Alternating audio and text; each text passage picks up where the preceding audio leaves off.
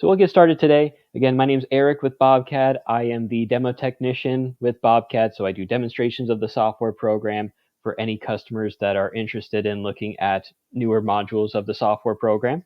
What else? I do tech support. So any questions that you may have, if you find in the comments section, we have our phone number and email address. So you can contact us after the webinar if you have any individual questions. If you'd like to get trained on the software program, you could book an hour or a 2-hour session with us. That usually comes within a bundle package of the software program when you initially purchase it. If it didn't come with a bundle package there, you could also purchase by the hour with your sales rep. And I also do the webinar. So we'll get started today. All right, so we'll be going through the Mill 3-Axis Pro operations that include the advanced user interface. So you can see this part file that I have open here. We're going to be focusing on the inside pocket right here for this mold. And it's going to be in this fixture here, this Kurt vise, and I have it fixtured in here just so that we can see different ways on how we can avoid geometry like the fixture here and avoid any collisions. So we'll get started with the milling operation. I'm going to delete the whole milling job and start from scratch here.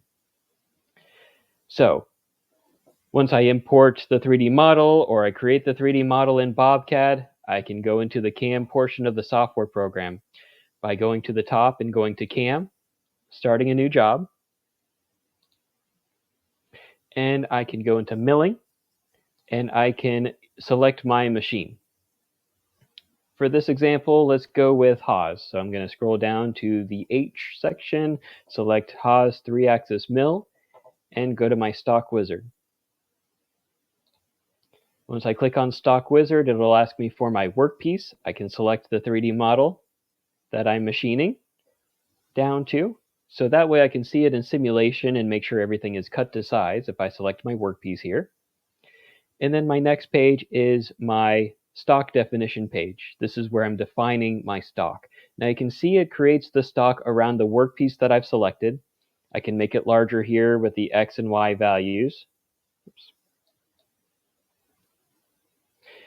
I can then hit calculate stock to recalculate it around the 3D model. This is rectangular. We can also change the stock type from rectangular to cylindrical and hit calculate stock. We can change it to wireframe, and I can extrude wireframe to a solid model to create as my stock here. I could also select a solid model, an STL file. I could also revolve some wireframe around to create a cylindrical shape that way. I like highlighting the solid model and STL file options. That way, if you have a file from a casting, for example, you can select it here to tell the software the stock that you're starting from, and that way you can avoid any air cutting. I'm going back to rectangle stock type, and I'll hit calculate stock. That way I've got my stock around the solid model, and I'm just focusing on pocketing the inside of the part here. And then I go to my next page, and our next page here is machine setup. This is where we are defining our work offset at. So let's say we're going to look at it from the front here. So I'm going to click on origin. I'm going to click on this corner that I'll touch my tools off at. And then I can set my X direction, my Y direction, and my Z direction accordingly by just highlighting X direction next, clicking on a point or a line going in that direction. And then I could highlight the Y direction option right here, and then click on a point or a line in that direction, and same for my Z direction. And then I scroll down and I can set my work offset, G54, to my work offset that I'm using. Or if I'm using any other work offset at the machine, I can change it here for my G-code output. And then I click OK down at the bottom. All right, now we're going to be getting into the 3-axis milling. Now you can see that my CAD origin location is always going to stay where it was at. So this is my origin location in CAD. Under machine setup, this is my origin location in CAM. So we're going through all of the basics on setting up a milling job.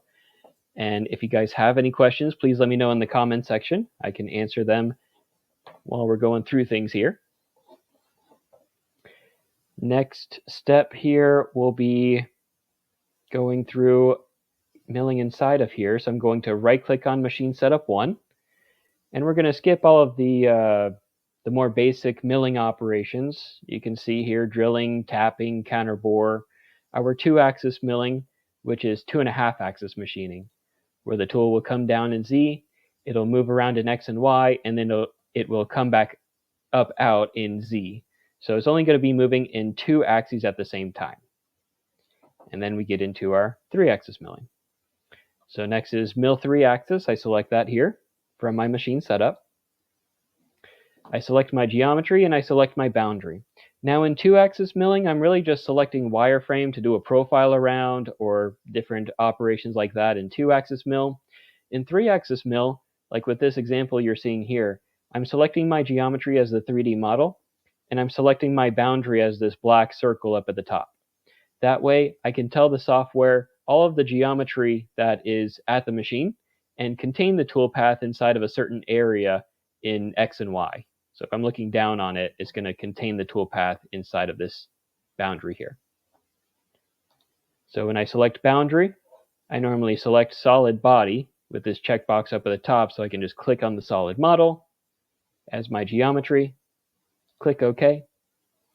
Select my boundary as the edges of the pocket here. Now I can click on each edge individually. I could also right click on one of these edges, and I have 2 options here, constant Z and loop selection. So if I click constant Z, it'll chain select everything at the same Z level of that edge I right clicked on.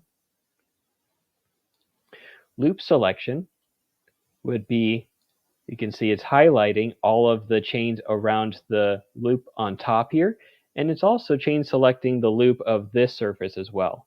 So any surfaces shared by the edge that I right clicked on here, it will ask me next, okay, do you want to select this loop around this surface, or do you want to select the loop around this surface? I just have to click on any of these edges around this surface here to tell the software I want to chain select this loop selection. And then it will chain select that for me in the boundary there. And then I click OK. Then my next page, we have our rapid plane, our feed plane, top of feature. I'm starting from Z0 with my machining. Say, for example, if I've pocketed out this area here and start down here, I can tell the software a certain depth I want to start at. Next page, we have all of our 3-axis milling operations for mill 3-axis standard and mill 3-axis pro here.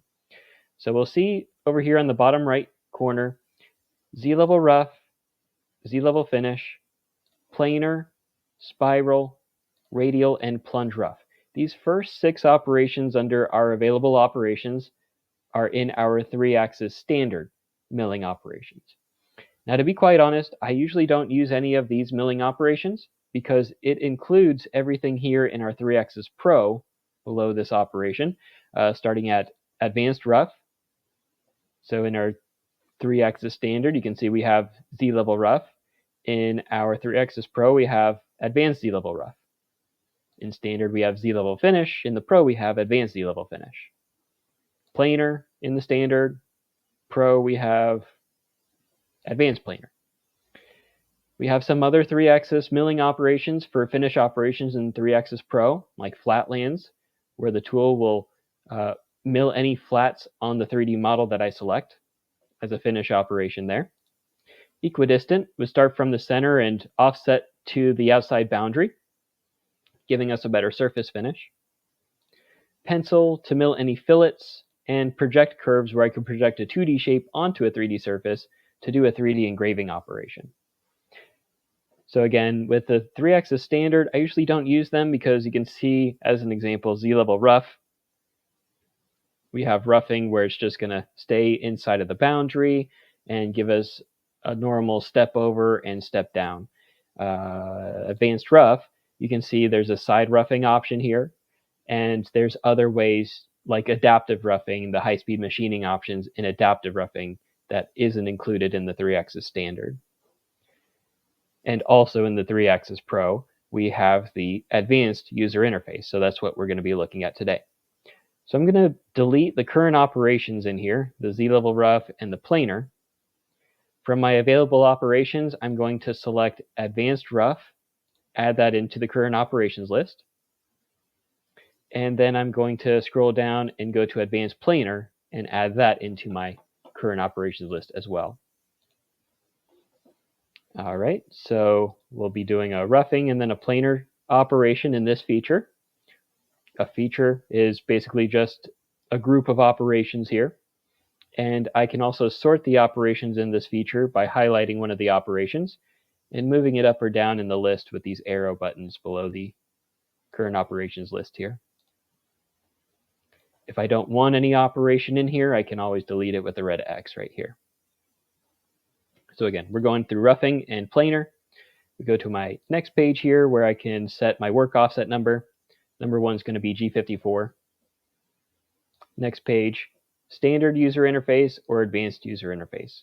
We'll start with standard user interface. For anybody that's not familiar with the 3-axis milling, on our next page we set up our tool. Let's do a 1/2 inch flat end mill. So I'm going to type in 1/2 inch for the diameter, 0 for the corner radius. Next page we have our different cut patterns. Adaptive roughing is our high-speed machining operation, and the other stepping over the other operations to cut patterns to step over for each operation. Next page, we have our depth of cut, step over, allowance, so we're leaving a certain amount of material for the finish pass to clean up. I'm entering into the stock if I want to ramp in. Other options here in the 3-axis Pro, like rest roughing, would be a rest machining option to machine the rest of the stock that's already been machined from a previous operation. Linking for each step over, gouge check page, advanced feed rates, and MDI. MDI is going to be the last page here for each operation stands for manual data input. So if I wanted to add any G-code manually here before or after the operation, I can do that here. And we'll see an example after we get through the advanced UI. So I can go back to click on the advanced rough right here on the left-hand side, click on advanced UI, and click open advanced parameters. Now, the first page that opens up, we have feeds and speeds. So this is sort of like the same page as if you would see it on the tool page, where you're setting up your feed rate. Let's go 100 inches per minute. We can set the plunge feed rate. We'll set it to 50 inches per minute. Retract rate would be the rapid rate of how we're retracting to the next location. Down here we have our rapid approach, rapid retract, and that is reflected by the retract rate here. And then the next checkbox is adaptive feed rate. This is found in the standard user interface under advanced feed rates. So we have adaptive feed rate right here, and I can set a minimum feed rate. And so as an example, when the tool is getting into larger material at a time, like into these corners, the software can calculate how slow the tool needs to move to keep a constant chip load, and that can reduce chattering at the machine. So adaptive feed rate is a great option to set. If I have it at 10%, it'll be 10% of the feed rate that I set, which was 100. So anywhere between 10 and 100 inches per minute, it'll calculate every move, every linear move, every arc move into the corner. It'll slow it down based on how much material per tooth of the tool is going to machine at every moment. So we'll get back to advanced rough, get back to advanced UI. Before I click on this here, you can see even when I have the the adaptive feed rates here set to 10%, when I go back to the advanced UI, it was already set to 10%. So let's So if I'm switching back from standard to advanced, let's say I change this to 25% and then hit OK. Go back to standard, it doesn't change it on the standard user interface. So that's a good point to make. If you're going back and forth, the changes that you make in the standard user interface doesn't carry over to the advanced user interface. So when you change it back to advanced, you're going back to what you had before. Next, you've got adaptive feed rate, you've got working coordinate system. So this is an I, J, and K. So working coordinate system, you can change the work offset right here. So if I change the origin location, I can type in the numbers as in my CAD coordinates. I can also click on this 3-dot button as well. And then I have the setting to change my coordinate system to this location, for example. Click OK. And then I, J, and K is for your X, Y, and Z directions. But I'm going to go back to my location here. Leave everything what it's supposed to be there. So when we post out, it's going to be reflecting back on what I have for my machine setup there. Next option down is machining parameters. Speed, you're setting your spindle RPM, just like setting your spindle RPM at the tool page. Let's go 5,000 RPM. And the next option down is clockwise or counterclockwise, also a setting in the tool page. All right, so up at the top, we can click on tab, or click on the next tab, which is surface paths. Then we have, this is basically, this second page is our patterns and parameters page. And you can see up at the top, we have our patterns, our offset, so offset in, offset out options, parallel, just zigzag back and forth inside of the pocket, and our adaptive setting, which is our high-speed machining option. This adaptive setting is also considered, like if you're familiar with Master-CAM or other CAM software programs, they call it dynamic machining or dynamic roughing. That's the same kind of setting here where it's starting at the center, continually spiraling its way out to the outside edges here. We have a zigzag pattern like this. If we're just doing one directional cutting, when it retracts to the next location, it's going to retract just a fraction of an inch and wrap it to the next location for your linking. Next, we have machining surfaces, which is setting up my geometry that I selected, and also setting my offset for my allowance, this global offset here.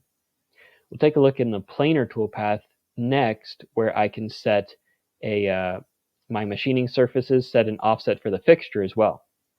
So that's why I have this part set up in a vise, just so that we can see selecting the geometry and making sure we have a certain offset of how far we want to avoid the fixture. So I'll delete that option for now. We're just doing the stock model. And we can leave an offset of 15 thousandths for the roughing. There's a global setting. There's also radial and axial if we've got it in 4 or 5 axis as well. And we'll click OK. Next option down is heights. So here's, just like in the standard user interface, we have user defined. So I can start and end my setting here is in the standard UI is top of job or bottom of job. If we look at that for a second here. Right here, user defined, under the parameters page, we have top of job and bottom of job. And what this will do is I can pick a certain point, like as an example that we see here. If this top radius has already been cut to size, I can pick this point here on any edge of the solid right here, so that I can tell the software to start the milling operation at this Z depth and avoid any air cutting above that Z level. And my bottom of job option would be if this bottom radius has already been cut to size, I can click on a point over here for my Z depth to end the milling operation at this Z depth to avoid any air cutting below this level as well.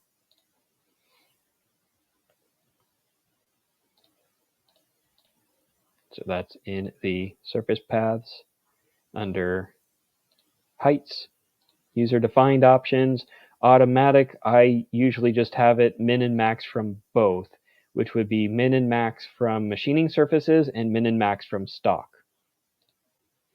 So if you have either of the first two options, it's just going to set the height in Z for your milling operation based on your stock or based on machining surfaces. So based on the geometry that you selected for the milling operation, or min and max from the stock that you've selected. I usually have it from both so that if there's a discrepancy with the stock or with a 3D model for whatever reason, it's just going to start right at the top of the stock and machine its way all the way down to the bottom surfaces that I've selected of the geometry. And then I click OK. Next option down is DHC, that stands for Dynamic Holder Collision, or Dynamic Holder Collision Avoidance.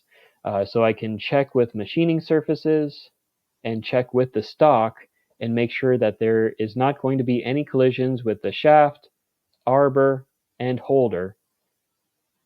And you can see the examples here with the machining surfaces with the 3D model that there won't be any collisions like this here. So if I have the holder set at 100 thousandths, it'll stay 100 thousandths off of the collision right here. And with the stock, you can see it's machining all of this area, but all of this gray right here is still stock to be remained. And so it'll offset by 100 thousandths at that level as well. All right, I'm going to leave that turned off for now. Next, profile pass. So it will do an additional pass after it's roughed out everything, an additional pass along the sides here. This looks like something that's really useful here is just very similar to the standard UI.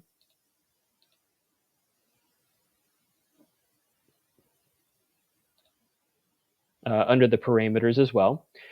Under the depth of cut and step over, we have number of intermediate steps. So after the roughing has been done, it will come back with additional passes. You can set number of steps, let's say 1, and detect stock thicker than 0. So anything larger than 0. Any kind of material remaining, it will come back in between each depth of cut and machine as much as it can in between each depth step. So the depth of cut of 100 thousandths, it'll go up 50 thou every time and do another step in to remove even more material with the roughing. Alrighty, surface paths, we have constant depth step, or we could just type in the number of slices that we want to do when we're roughing the operation here.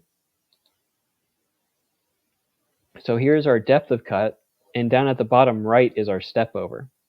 Something that I really like with the step over, now we don't see it here in the roughing because it's a flat end mill, but for the roughing with a flat end mill, we have the step over, let's say 100 thousandths, or we can determine based on the tool diameter.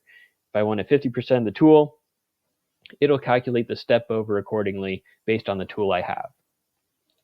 Now, later on, when we get into the advanced UI for the advanced planer, since I have a ball end mill for this one, the maximum step over can be calculated based on the cusp height or scallop height.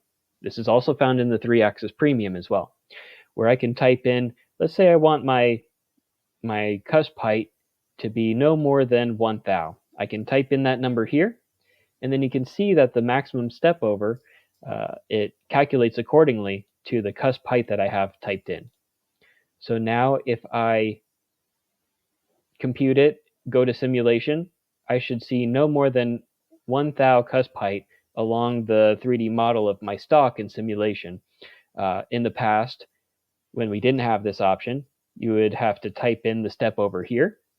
You would have to go into simulation and make sure everything's cut to size. And if there's extra material remaining on the stock that we need a smaller step over for, we would need to go back into the milling operation, make the step over smaller, and go back into simulation, keep going back and forth like that, and taking a lot of time to figure out what step over you really need. Now we just let the software calculate it for us. All right, so we're back on the roughing on the second tab for surface paths.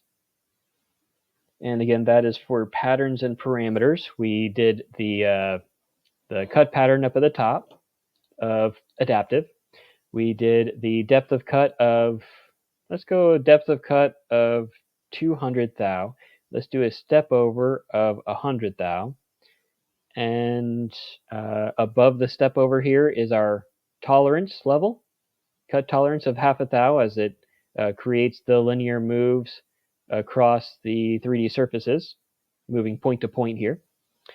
What else? Over on the left-hand side, sharp corners, or not sharp corners when we're offsetting the tool path along an edge like this. So the first pass here is a sharp corner, and then when it goes back around, it's going to arc around. Next setting here, draft angle. If there was a draft angle for the part. 2D containment is our boundary option here. Fixture curves and silhouette containment. Fixture would be the if you wanted to select wireframe as 2D similar to 2D containment. So 2D containment, you're containing the toolpath inside of this area. Fixture curves would be selecting the edges of the fixture like this, of like a clamp or anything, and it will avoid the toolpath. You can see will avoid the 2D geometry that you select there. Silhouette containment is just like the 2D containment. It will create the boundary along the outside of the stock.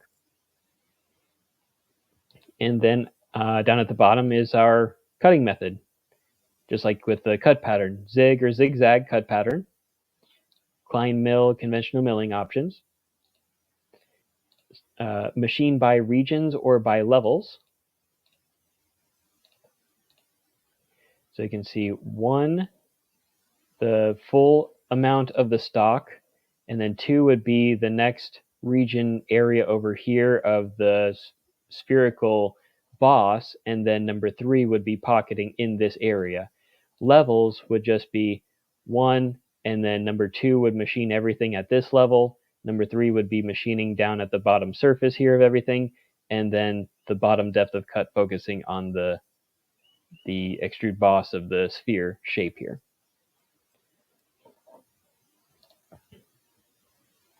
I normally have it by levels, because then you're just going level by level. Everything at the depth of cut of 200 thou first is going to be machined. Then the next area, machine everything next, instead of focusing on regions there.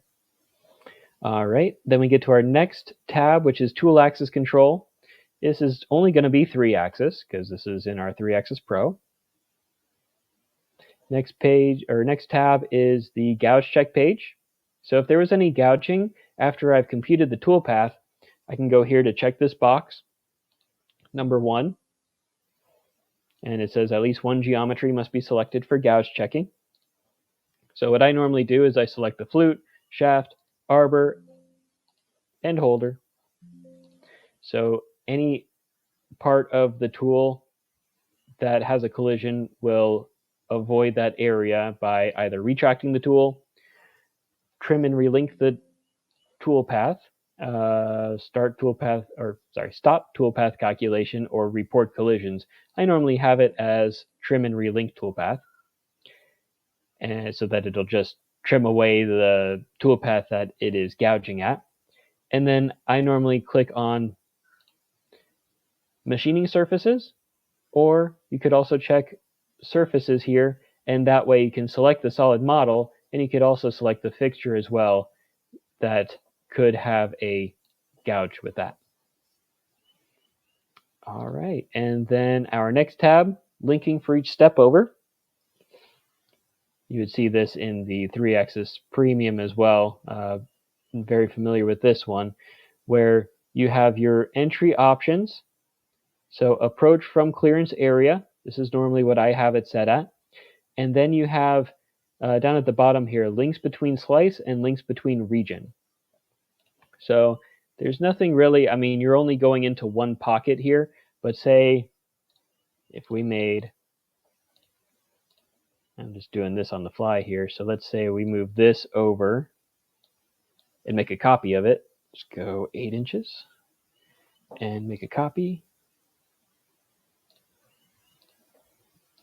And let's say I have this as my geometry and my boundary as well. We'll be including this area. When I go to the link page and I have retracted clearance area between slices and between regions, it's going to link to the clearance area between the two pockets. Right here to right here. Now, if there was an opening between the two here, instead of linking, stepping over for each one, you could change it to direct, and that would just go right between the two. If there was an opening to get through, you don't have to link from one to the next. That's links between slice and links between region.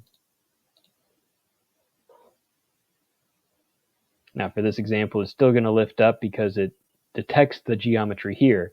But again, if there was an opening between the two areas here, you could have it just directly link stepping over each time instead of retracting up to the clearance plane, moving over every time there. All right, so I'll delete out the second one here.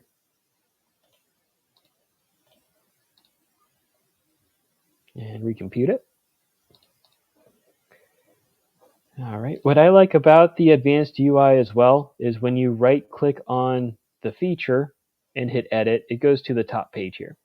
But when you right-click on an operation like the advanced rough, and you can go right here to launch advanced UI, then you don't have to go into the feature, go find the advanced UI page, reopen it. It launches right from the operation here. From the link tab, we tab over to roughing. And stock definition, we can tell the software the stock surfaces. So we'll get into the roughing option here later on. Down at the bottom, we have transform, rotate, and mirror. So with this toolpath, you could, just as I had the other 3D model to be machined, you don't have to create the other 3D model. If you want to create an array of the toolpath, you just click on transform, rotate. And along the x-axis, you can, let's see, not rotating here. Why is it in rotate? I wanted it in transform. No, maybe this is just the rotate option. Oh, transform, here we go. Start distance, step over distance. Let's try 8 inches for that. And one number of steps.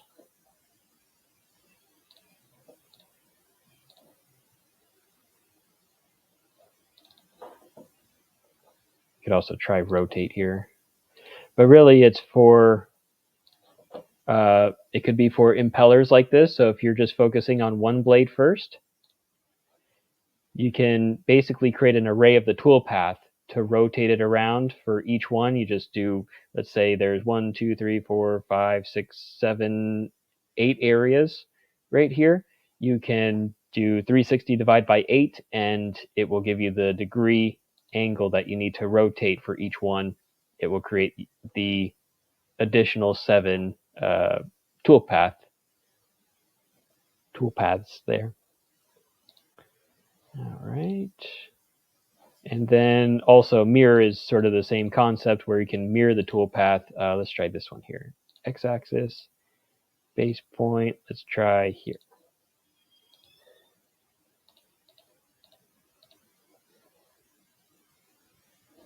So it'll mirror it across the edge that I selected. Trying to think of a real world use for that one, but it's just like creating an array with the toolpath with rotating it.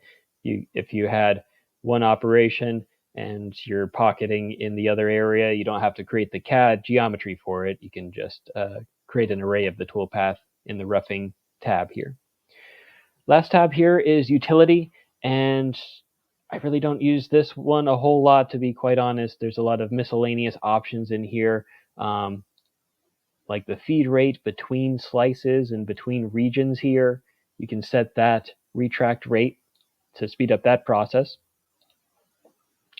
What else do we have here? We do have radial chip thinning. So you can set a minimum and a maximum feed rate here for chip thinning. And what else? Feed control zone. Use rapid feed rate. Okay, so you can convert rapid moves to feed moves, just like in the advanced feed rate paths, so that you can speed up that process of rapiding or slow it down. You can control the rapid rate in the G code if you're not able to control it at the controller. And feed control zone, you can select areas in the within the stock that you're machining to speed up or slow down the toolpath feed rate manually. And that's about it. Then we'll hit OK and compute. So we've got the roughing done, and we'll get to the planar toolpath for the advanced UI. Now, if you guys have any questions with what we've gone over with the advanced UI for roughing, please let me know in the comment section, and we'll get into the finish operation for advanced UI. It's going to be the same workflow, and most of the options are going to be the same. Just a few other ones that are different with a few additional options in the finish operation for advanced UI, like that cusp height option can be really useful.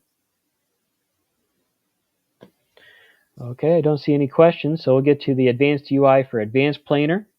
We go to open advanced parameters. Let's go with the same, just to be simple here. Feed rate of 100, plunge feed rate of 50. Set the same retract rate, same RPM here. And we'll go to the next page, surface paths. And just like in the planar toolpath, you can set your step over here. You have your adaptive and your perpendicular options. So adaptive is setting a minimum step over. I don't really like this, how this looks as an example to explain it. So here it's under the parameters page, our adaptive step over.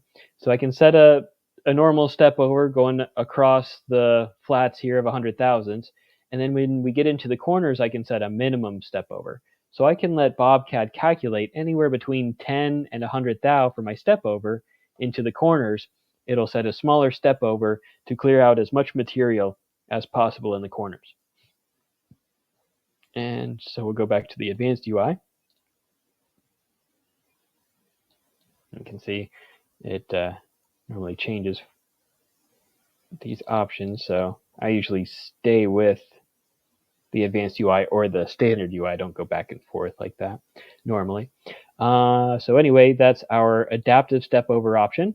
We also have perpendicular, so when we get along spherical edges like this, it'll go perpendicular along the cylindrical shape or spherical shape. Let's stick with adaptive. No, sorry, let's turn off adaptive because I'm just going to set it by cusp height. So I'm going to set this to 1 thou, and it's going to set the step over to about 45 thou for the step over to achieve a cusp height of 1 thou all the way across the part. It focuses on the stock, focuses on the 3D model, and it focuses on the tool that I've set as a 1/4 inch ball end mill to give us the step over based on the cusp height that I typed in. What other options do we have that are additional to what we looked at? Tool axis control 3-axis, gauge check, link, and roughing, just like before. There's also an option for multi-passes. So you can set you can set the number of roughing passes you want to do for the planar toolpath, how far they're going to be spaced out. That's under passes. Nope. Slices. Yeah, so you can set number of roughing passes, how far they're going to be spaced out until it gets to the finish pass of the planar toolpath. What else do we have? We were going to look at surface paths and look at machining surfaces. We'll look at this one for another planar toolpath after I hit compute on this one. So this part file and this stock is above the jaws of the vise. But say as an example, I'm going to translate it down here. Let's go down an inch. So oops, didn't want a copy of it, but that'll work. All right, so let's say we're machining from here, and I want to go across from one edge of the stock all the way across, but I want to make sure to avoid the fixture. I can go to mill 3 axis, select geometry. I'm not going to have a boundary. I'm going back and forth across the part, and I'm doing an advanced planar.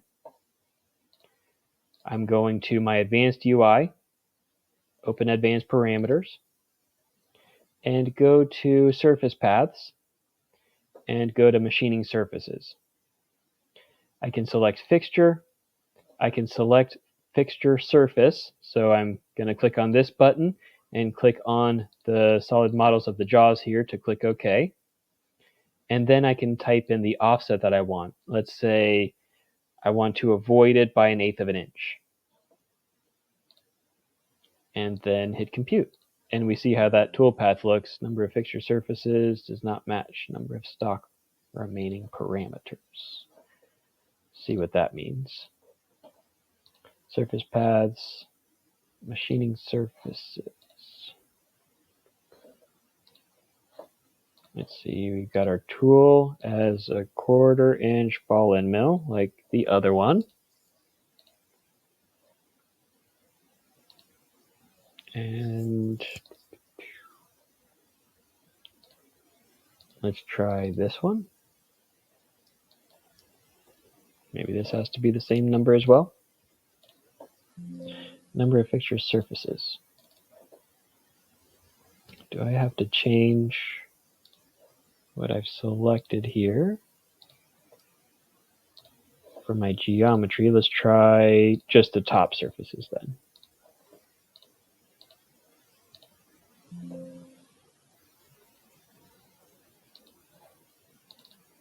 Number of stock remaining.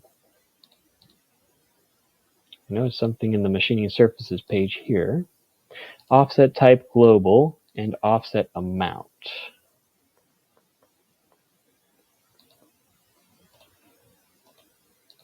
I'm not sure what it's saying there, so I'm just going to delete the fixture, and I'm sure I could just select that as my geometry as well under machining surfaces. Just sort of cheat the system for now. Additional less than stock remaining. Let's try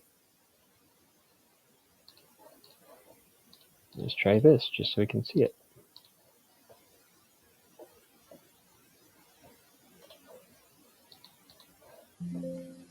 I'm not sure what that error code is necessarily, but I could also try it this way. Let's go and turn that off under machining surfaces. And we could test out the 2D containment here under 2D containment.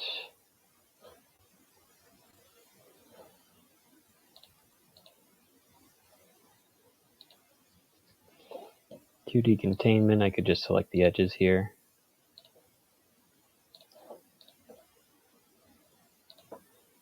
And then you could keep it inside.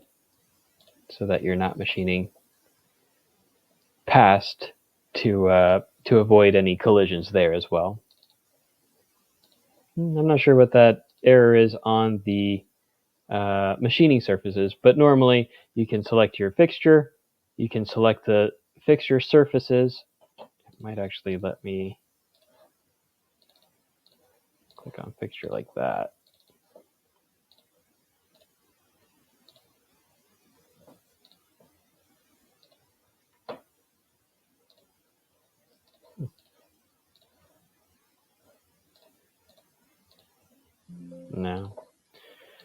No, it's not picking that up for me. So anyway, there are a couple different options with it. You could go to surface paths, machining surfaces, select the fixture and set an offset there. And you could also set the offset under 2D containment as well. So a couple different ways of setting your boundary and setting the way to contain the toolpath so it doesn't machine into your fixture or anything else in the geometry that you have in the CAD file here that reflects what's at the machine. So we have roughing, we have the planar toolpath, and it's going back and forth along X. So if I wanted to change that, that is under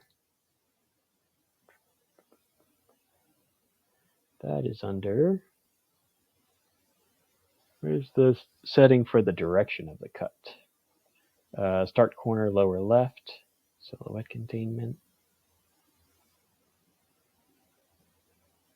That's the only one I don't see in here that's the same as the, let's see, zigzag. Let's try silhouette. No.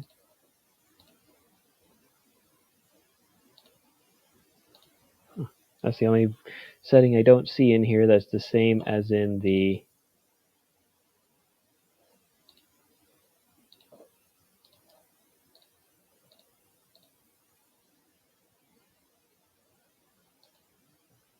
but anyways, we'll get into looking at the simulation here. And something that can be really convenient for us.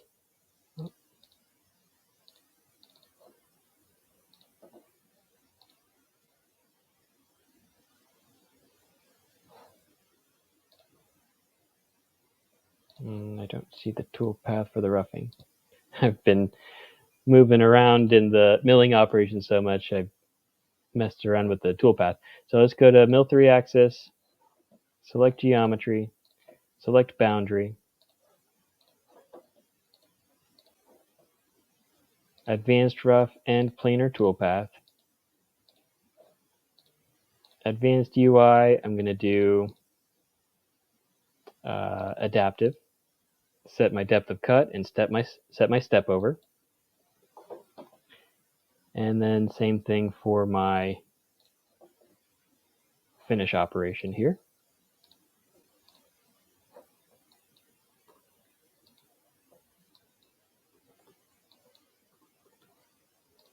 Advanced UI. Again, setting the feed rates on the first page. Second page, setting my step over here. So again, let's change it to 1 thou. And that's about it here. We'll hit zigzag, and we'll hit OK, and we'll hit compute.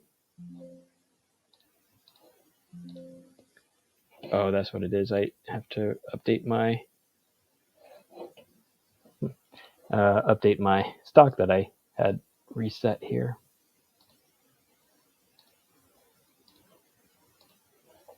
There we go.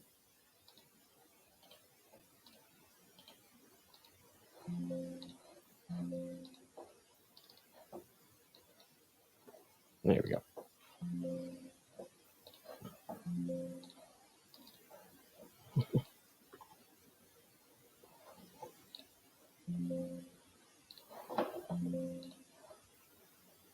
Stock, fixture, let me remove that. Geometry. I'm still not getting it correct here. Gosh. That's what you get when you mess around with the toolpath so much. Best thing of knowing what to do is just starting from scratch, selecting the stock and the machine setup is at the top of the part, and you go into mill 3 axis, and just starting from scratch again like this can help fix the toolpath calculations for you. But sort of a good example just to see how to start again from scratch. Select my feeds and speeds, select my step over type, depth of cut, step over amount. Oops. Let's do 1/8 of an inch and zigzag. 1/2 inch flat end mill, advanced planer. We'll do the cusp height of 1 thou, and we'll be able to see that in our simulation to see how that saves us time in simulating and making sure everything's cut to size without having that guesswork involved. So excuse me, we'll hit compute, we'll go to simulation. Something that I like in the newer version, and first operation here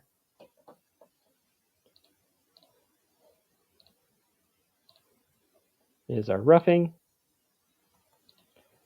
Next one is the planar toolpath. Now, if I want to check to see if that zigzag cut pattern along the x-axis is correct, a couple of really cool things in our simulation to finish off for the day here. Down at the bottom right, we have this analysis tab. And under this drop down, there's different views with different colors that we can see in the simulation. None is just going to leave everything blue. Next one is tool number. It's showing us different colors on what tool is machining what. Next one is operation number, showing us what colors, and you can double click on the color to change it. So you can see exactly what tool is machining what in the simulation. And next page, I use a whole lot, deviation. So I select deviation and I hit refresh, and I can see, okay, everything in green is cut to size with a cut tolerance of plus or minus 1/8 thou. And when I look at the sides here, it's showing us with this blue color, there's somewhere around 40 thou remaining, probably 40 to 50 thou remaining along the sides and along the corners.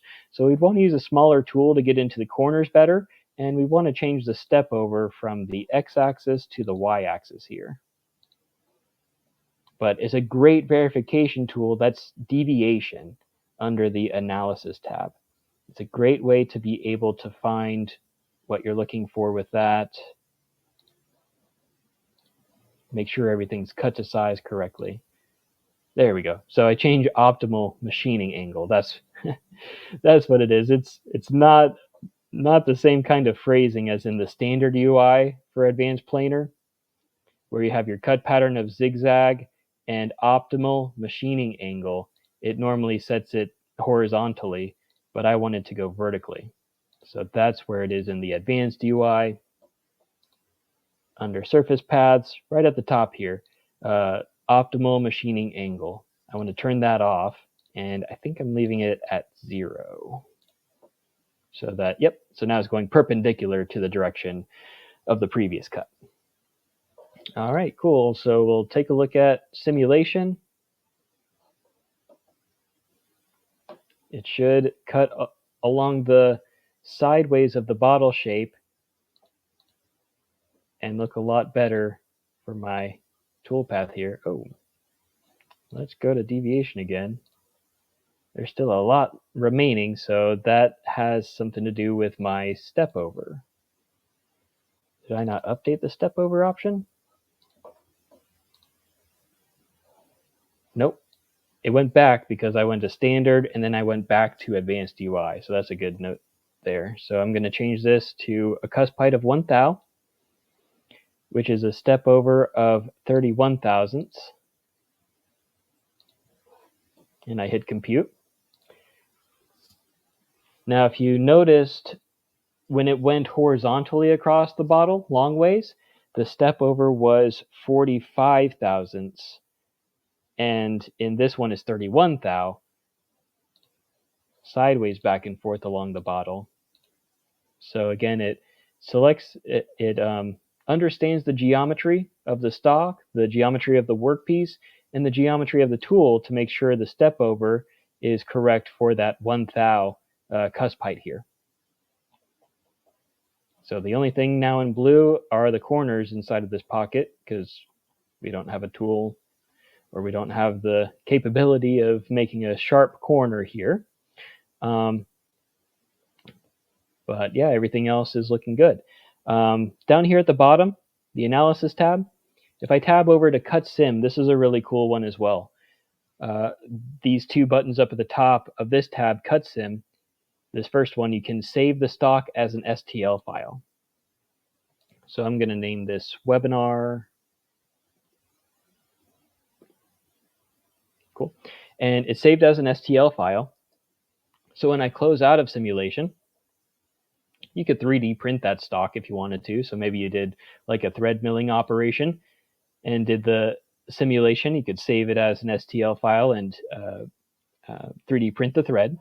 You could also go here to expand the advanced rough, or expand the advanced planar, or let's say I do another milling operation, right? I go right into machine setup 1, I go to mill 3 axis, select geometry and select boundary.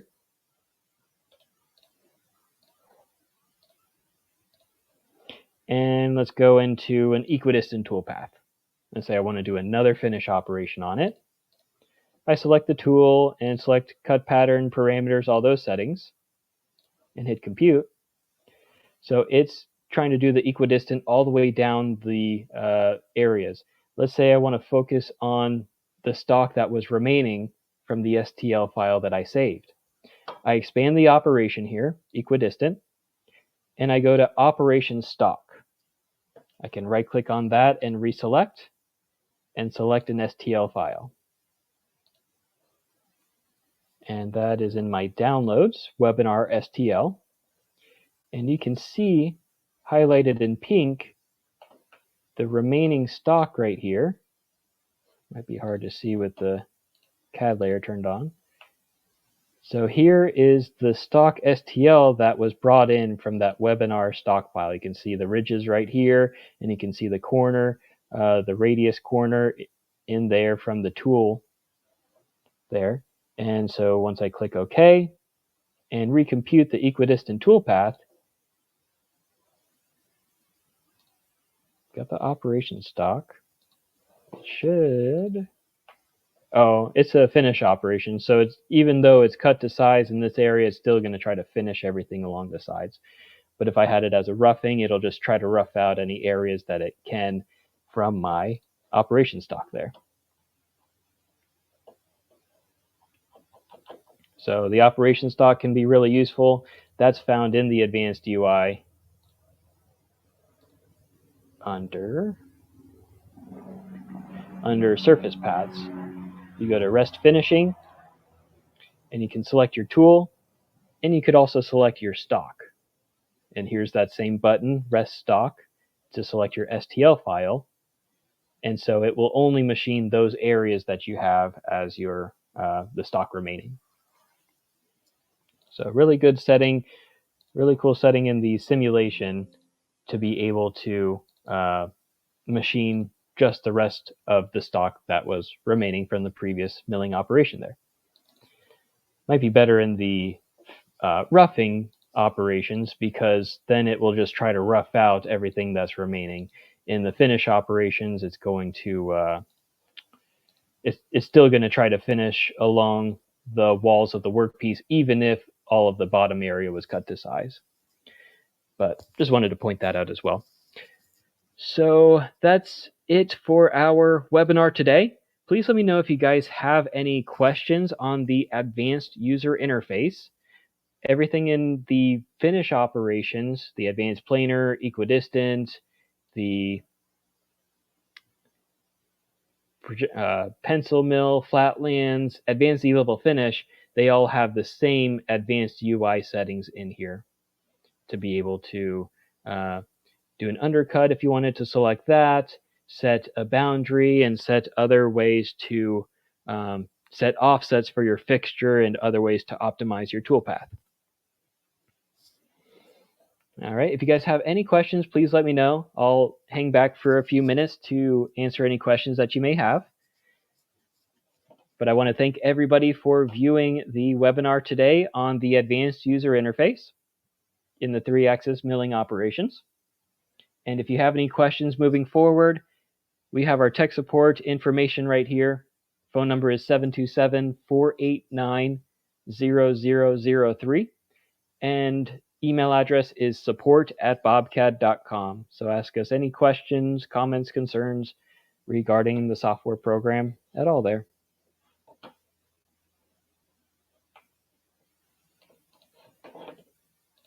All right, I don't see any questions in the comments section. So again, if you have any more comments moving forward, let us know in tech support, and we'll be seeing you next time in the next webinar. It's every other Wednesday. So today's the 11th. Next one is June 25th. And we don't have a topic set in stone yet. We send you guys a survey and make sure that the next webinar is tailored to your preferences there. We had enough people vote on the advanced user interface today, so that's what we went over today. But thank you guys again. Thank you, Daniel, for being engaged there and asking any questions you guys have there. And we hope to see you in the next webinar on June 25th. Thank you. See ya.